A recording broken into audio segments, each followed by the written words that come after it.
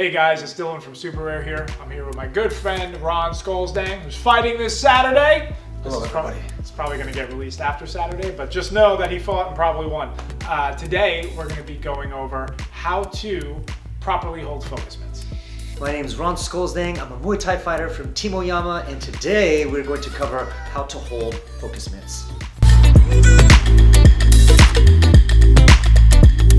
How to hold focus mitts. Before we even begin to hit the mitts, we've got to get our proper range. Well, what is our proper range? Proper range for our target is at the end of your jab hand. And I say target because your target can be different things. It can be a focus pad, it can be a punching bag, it can be a person. And those ranges are different. Dylan over here is gonna put his jab hand out, which will put him at good range for everything. And this is for me if he's hitting me. The problem though is, if I stand at this range for pad holding, look how crowded his shots are. He fires a jab cross.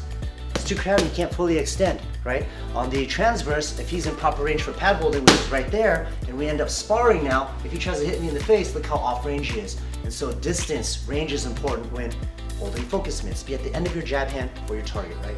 Yeah, beautiful. The other thing we want to make sure we focus on is we want to meet halfway. If we stay completely still and stiff and he fires that jab, feels weird for him, feels weird for me, strains my shoulder, strains his shoulder.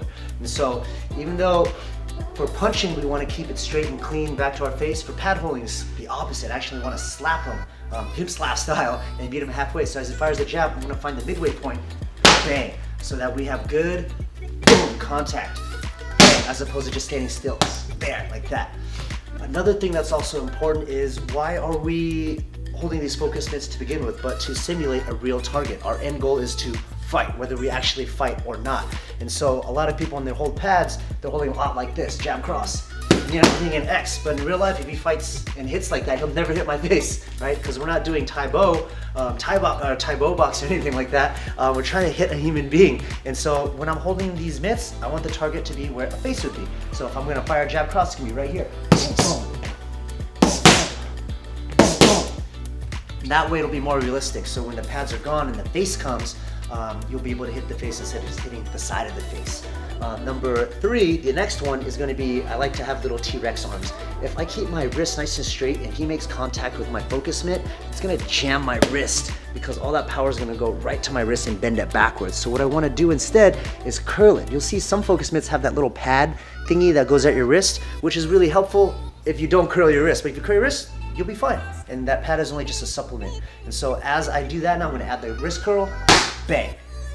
Placement, I want to be on the center of the pad, of course, and as I do it all, jab cross, jab cross. So whether he goes light, or hard, I can absorb it all. Now it also helps that, you know, he's absorbed really, really powerful shots, but regardless, putting your technique together, 4 of them, you'll be good. You can absorb everything with minimal effort. And that is how we hold focus mitts.